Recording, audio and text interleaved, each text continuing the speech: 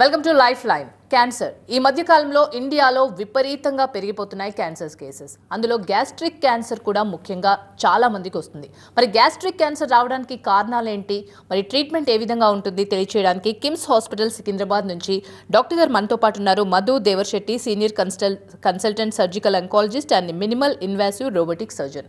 ఆయన అడిగి మరిన్ని వివరాలు తెలుసుకుందాం. Welcome to life line doctor గారు. డాక్టర్ గారు, ఇందాక చెప్తున్నట్టు ఇండియాలో క్యాన్సర్ కేసెస్ పెరుగుతున్నాయి, గ్యాస్ట్రిక్ రిలేటెడ్ ప్రాబ్లమ్స్ పెరుగుతున్నాయి, దాంతోపాటు క్యాన్సర్స్ కూడా పెరగడానికి కారణం ఏంటంటారు? ఇండియాలో ఇంతకుముందు ఉన్న పరిస్థితులు ఇప్పుడు లేవు. ఒకప్పుడు ఆహార శైలి ఎలా ఉండేదంటే వారానికి ఒకసారి సండే నాన్ వెజిటేరియన్ తీసుకోవటం, మిగతా అంతా వెజిటేరియన్ తినటము, ఫుడ్ చాలా వరకు ఇంట్లో తినడము, బయట హోటల్స్లో వీటిలో అంతా తినకపోవటము, ఇట్లాంటి హ్యాబిట్ మేము చిన్నప్పుడు ఇంటర్మీడియట్ వరకు కూడా ఉండేది. కానీ ఇప్పుడు ఇంట్లో తక్కువ, బయట తినడం ఎక్కువ జరుగుతుందన్నమాట. సో దానివల్ల బయట ఫుడ్స్ అంతా ఈ ప్రాసెస్డ్ ఫుడ్స్ అంటారు. అంటే అవి ప్యాక్ చేసి ఎప్పుడో ప్రిపేర్ చేసినవి, అవి ఫ్రెష్గా ఉండకుండా ఉండడము, వాటిని హీట్ చేసినవి పెట్టడము, ఇలాంటి ఫుడ్స్ అన్నీ తినడం వల్ల ఈ జిఐ క్యాన్సర్ అంటే గ్యాస్ట్రోఇంటెస్టైనల్ అంటే మనం ఆహారం తిన్న తర్వాత డైజెస్ట్ అయ్యి మోషన్గా మారి మన బాడీలో అబ్జర్వ్ అయ్యి ఇట్లా వేరే జిఐ క్యాన్సర్స్ అన్నీ బాగా ఎక్కువైనాయి. సో దీన్ని తగ్గించాలంటే మళ్ళీ మనం ముందున్న లైఫ్ స్టైల్, మనం చిన్నప్పుడు ఎలా పెరిగామో ఆ లైఫ్ స్టైల్కి పోయినట్లయితే ఇవి చాలా వరకు తగ్గే అవకాశం ఉంది. ఓకే, అంటే వీటి స్టార్టింగ్ లక్షణాలు ఏ విధంగా ఉంటాయంటారు? ఎక్కువ మంది వాళ్ళకి అది ప్రాబ్లం ఉందని కూడా తెలియదు. రెగ్యులర్గా ఏదో చెకప్ అని వెళ్తారు, డాక్టర్ గారు చూసి ఎండోస్కోపీ చేయడం జరుగుతుంది. ఎండోస్కోపీ చేసినప్పుడు వాళ్ళకి లోపల అల్సర్ కానీ చిన్న గ్రోత్ లాగ్ కానీ ఇట్లాంటి ఫైండింగ్స్ కనిపించినప్పుడు దాని నుంచి బయాప్సీ తీయడం చేస్తారు. చేసినప్పుడు వాళ్ళకి వ్యాధి ఉందని నిర్ధారణ చేయడం జరుగుతుంది. సో ఎక్కువ శాతం పేషెంట్స్లో కొంచెం తినగానే ఫుల్గా అనిపించటం, తర్వాత వెయిట్ తగ్గటము, ఆకలి సరిగా కాకపోవటము, కొంతమందికి పెయిన్ అంటే పైన పొట్టలో పై భాగంలో నొప్పి అనిపించటము, వామిటింగ్స్ అవటము, ఇవి ప్రథమ లక్షణాలు ఉంటాయన్నమాట.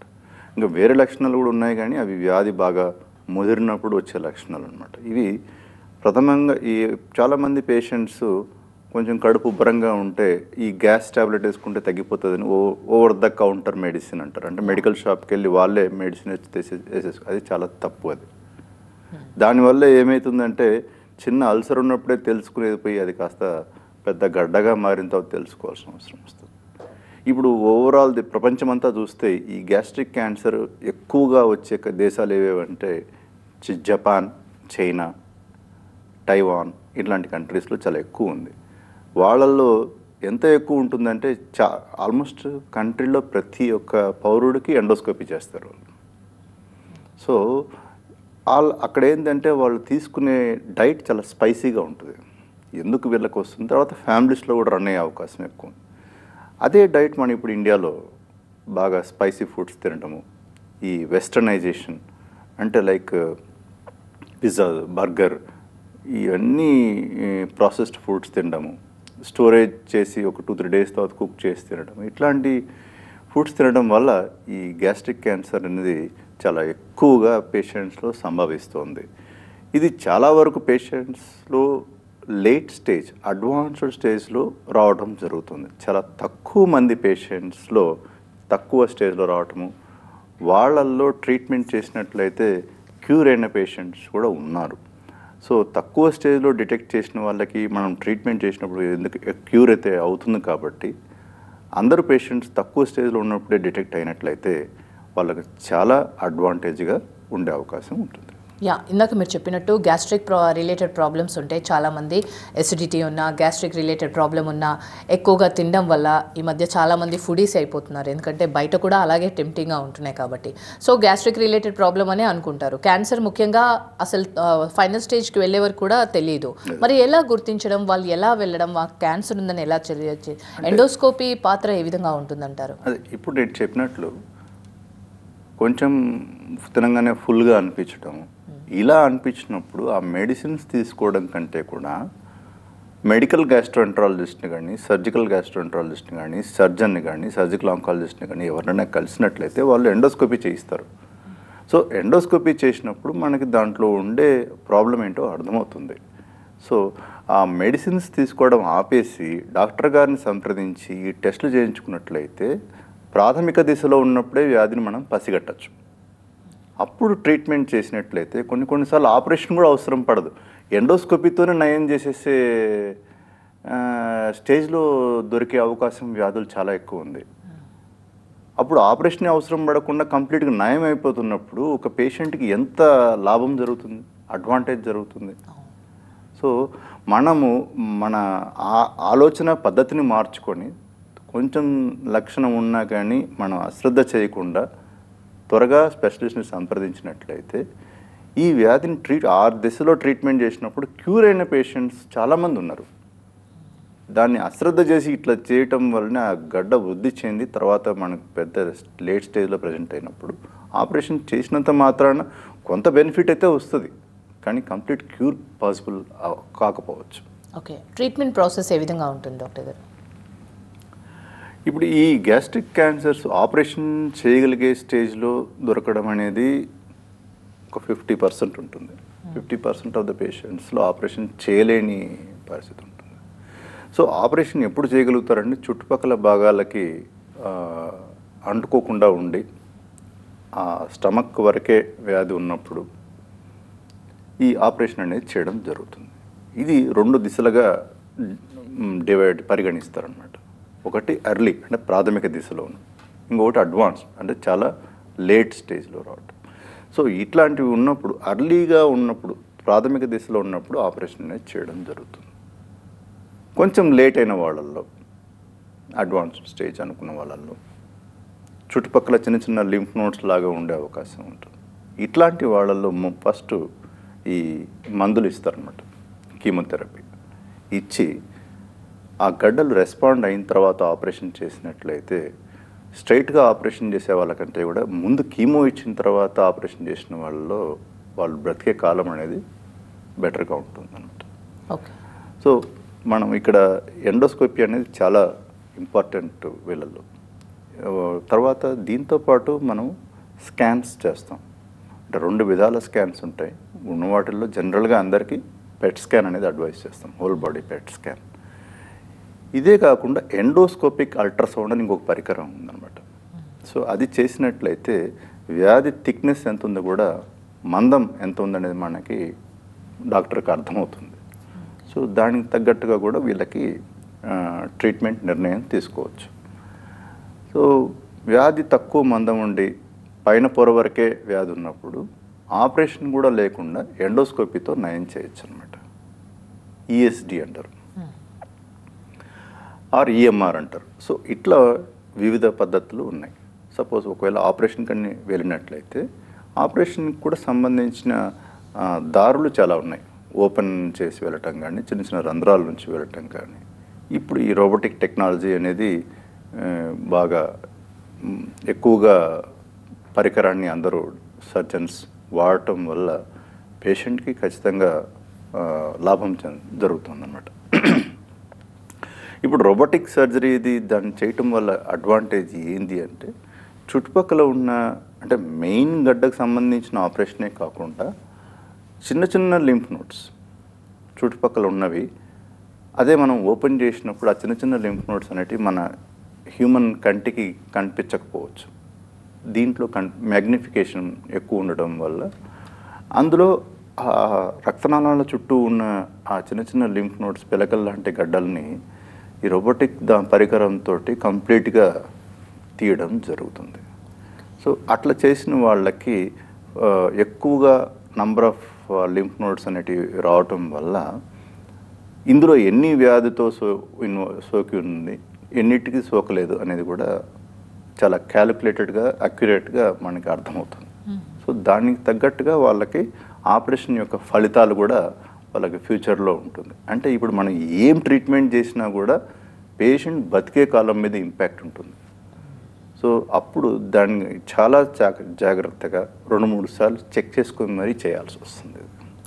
డాక్టర్ గారు, ఈ స్టమక్ క్యాన్సర్ అనేది కూడా చాలా ఎక్కువైపోతుంది. మీ దగ్గర వచ్చే పేషెంట్స్ మేజర్గా ఏ కంప్లైంట్స్తో మీ దగ్గరకు వస్తున్నారు? ఓకే, అంటే ఇంతవరకు ఒక విధంగా ఉండేది, ఇప్పుడు ఒక విధంగా ఉంటుంది. ఇంతకుముందు ఎక్కువగా బరువు తగ్గిపోయేసి ఆకలి సరిగా లేక చాలా వీక్గా ఉన్న పేషెంట్స్ ప్రజెంట్ అయ్యేవాళ్ళు. కానీ ఇప్పుడు అవేర్నెస్, అంటే జనాల్లో ఒక అవగాహన పెరిగింది. సో చిన్న చిన్న సింపుల్ సిమ్టమ్స్, అంటే లైక్ ఇందాక చెప్పినట్టు కొంచెం తినగానే ఫుల్గా అనిపించటం, ఇట్లాంటి సిమ్టమ్స్తో పోయి ఎండోస్కోపీ చేయించుకొని అందులో ఏదో బయటపడి అలా వచ్చేవాళ్ళు ఈ మధ్యకాలంలో పెరుగుతున్నారు.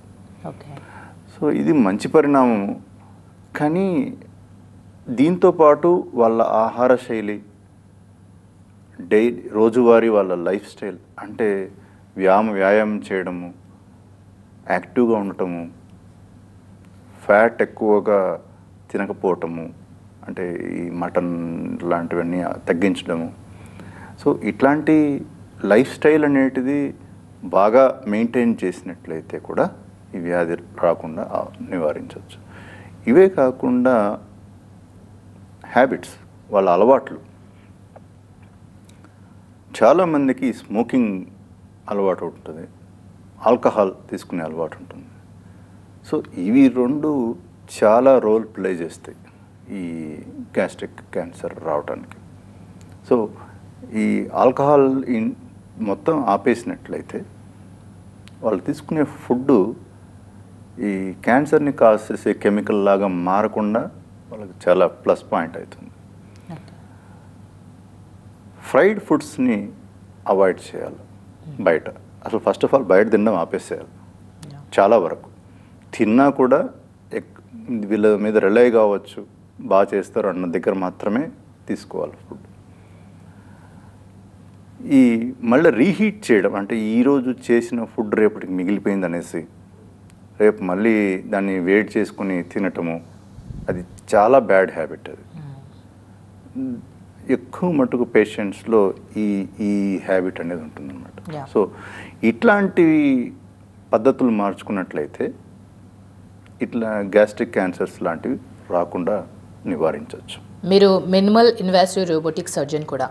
సో ఈ రోబోటిక్ సర్జరీ వల్ల పేషెంట్స్కి ఏ విధంగా లాభంగా ఉంటుందంటారు? అది ఇప్పుడు అంటే 3 దిశలుగా చెప్పచ్చు. ఒకటి, ఆపరేషన్ చేసేటప్పుడు, ఆపరేషన్ వెంటనే అయిన తర్వాత చాలా కాలం తర్వాత.